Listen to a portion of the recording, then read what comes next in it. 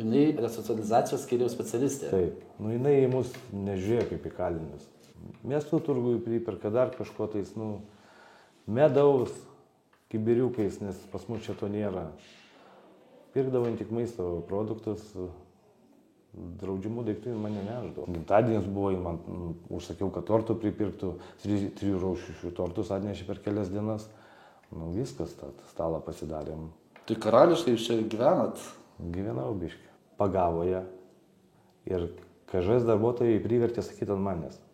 Sako, atimsime vaikus iš tavęs, uždarysime tave, sakyk, ant basenų. Žinojo žmona apie jūsų santykius? Žinojo, kad bendrauju, ten sakė, kad nebendrautume, prašė, ten kažką, bet mes pašnekėjom, pasimatėme, susitaikėm ir toliau gyvenam. Iš kur jinai sužinojo? Nežinau, netgi gal pati Karolina kažkaip tais buvo jai parašysi. Įsimylėjus buvo. Jūs? Taip.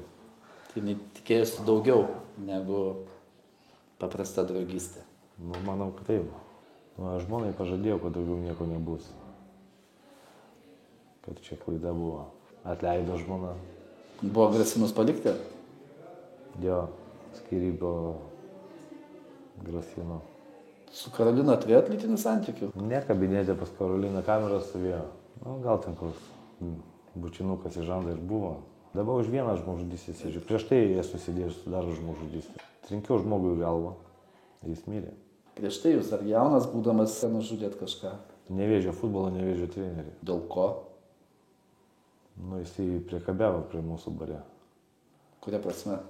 Rankas dėdavo ant kelienų, ten kažkaip keistai elgėsi, mes sumušėm jį ir jis mirė. Labą dieną, esu Eugenijus Basenka, atlieku bausmę pirmam kalėjime Pravieniškių.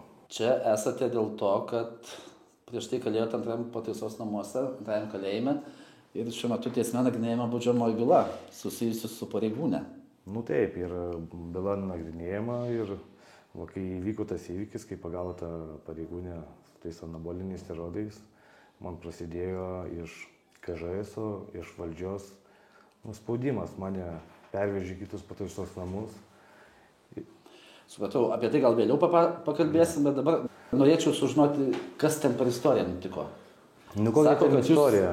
Ten buvo tokia darbuotoja Karolina. Mes su ją bendravom, draugiški santykiai buvo, atneždavo jin man to maisto. Aš jai siūsdavau pinigų, ten paprašydavau nupirkti šventėm ten ikrų, sušį užsakyti, dar kažką tais. O toks bendravimas buvo pas mus. Bet pareigūnė ir nuteistasis negali net ir taip bendrauti? Šiaip negali, bet taip mums viskas gavosi. O kaip viskas gavosi? Kaip viskas prasidėjo?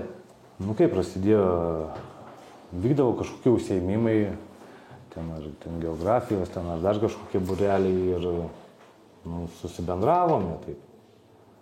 Jinai, priminkit, buvo tiksliau dabar atleista resocializacijos skyriaus specialistė. Taip. Ir jinai turėjo dirbti tiesiogiai su jumis. Taip. Jie vesdavo užsiėmimus, kažkokius pamokas, renginius vesdavo. Tai kas pirmasis parodė tą dėmesį? Čia dabar taip netgi nepasakysiu, gal viens kitam parodėm tą dėmesį, taip. Kažkaip taip. Kiek tai laiko tęsiasi? Apie metus laiko bendravau aš su ją. Ką aplinkiniai matė, žinojo, nuteistieji, pareigūnai? Pareigūnai nežinau, bet kai kurie ten nuteistieji gal ir matydavo, kad mes ten arčiau viens kito sėdėm, ten kažką pasišnekam. Draugiški santykiai. Jinai daug padėdavo. Bet iš tos pusės padėdavo, kas maisto atneždavo, kurio mums negalima, ten dar kažką, šventės organizuodavo. Renginius. Jinai į mus nežiūrėjo kaip į kalinius. Jinai labai padėdavo. Jums vienam padėdavo ar kitiems? Šiai padėdavo daugam jinai. Ir kaip nutiko ta istorija, žodžiu, kad jinai su antrankiais išvedama, o jūs atsidūrėte kitam kalėjime? Kaip įvyko, mes jau su ją buvom kaip ir nutraukę tos artimus santykius. Ten buvo pasilikę daiktų mano, cigarečių, kur jin turėjo atnešti. Dar ten kažkas. Žmona nuvažiavo, pasiėmė tos daiktus, viską. Ir jinai po to kažkam, kitam nuteistai nešitus anabolinius steroidus, pagavo ją ir KŽS darbuotojai privertė sakyti ant manęs. Sako, atimsime vaikus iš tavęs, uždarysime tave sakyklą ant basenos. Kodėl būtent ant jūs? Nežinau, nes jie ankies ant manęs neturi, nes nežinau. Tai sako, ta istorija jūsų šiek tiek gyvenimą pakoregavo. Ne tik, kad jūs pervežė į kitą kalėjimą, bet dar prieš tai buvote uždarytas į baudos izoliatorių. Taip, aš ir dabar esu uždarytas. Dabar mane vėl per naują uždarė. Ir man net iki šiol nėra paaiškinę, už ką aš uždarytas. Mane atleido iš darbo, nepaaiškino už ką, nors pats komendantas, kuris yra mane įdarbinęs, nesupranta, dėl ko turi mane atleisti. Ten yra čia toks lapas, kurie man davė netgi be antspausdų, be nieko, bet tipo sako, čia va pagal šitą tu atleistas ir va yra čia metaduomenys, o mane atleido va. Parašyta, kad dirbote kirpėjų. Jo, dirbau. Visą gyvenimą kirpėjų dirbot? Ne, čia išmokat. Porą mėnesių, kai aš dirbau ir mane atleido. Ir nesuteikė kito darbo? Jie man nieko dabar nesuteikė, jie mane laiko uždarytą. Ir viskas. Buvo tarybos posėdis, aš esu nuteistųjų tarybos narys. Vyko su pavaduotoju. Jo aš duodu klausimą, kodėl aš čia taip esu uždarytas. Tai sako, tai tu išbūsi uždarytas. Sakau, tai jūs pažeidžiate teisės aktus, nu aš negaliu tai būti, man turi būti kiemelis, man turi būti nerakinamas, turiu griname ore būti. Sako, man neįdomu. Kreipkis į teismą, mes sumokėsime tas baudas, mums neįdomu. Tai čia kiek laiko taip yra? Dabar... Pačio įvykio prasidėjo, kaip buvo? Nuo pačio įvykio mane pervežė čia nais ir laikė drausmės grupėje, aš buvau paprastos grupės, nes aš nuobaudų neturiu, 4 mėnesius taip laikė. Ką reiškia drausmės grupė, paaiškiai? Drausmės grupė yra tai uždarytas tu kamerai, tu negali niekur išeiti ir tave tik pareigūnas nuveda į pasivaikščiojimo kiemelį. Vienas? Ar keliese sėdėjot? Sėdėjome 3 tada. O taip 4 mėnesius mane pralaikė. Nors aš buvau paprastos grupės nuteistasis, man priklausė laukas, laisvai vaikščioti, kad ir į rypą nueiti, ar į biblioteką, aš niekur negalėjau nueiti. Man visur turėdavo būti palyda, į parduotuvę palyda, prekės ribotos, va toks spaudimas iš pareigūnų pusės. Po to mane pakėlė į 6. būrį. Pakėlė, viskas gerai. 6. būrį tai gyvenot su daug nuteistųjų? Jo.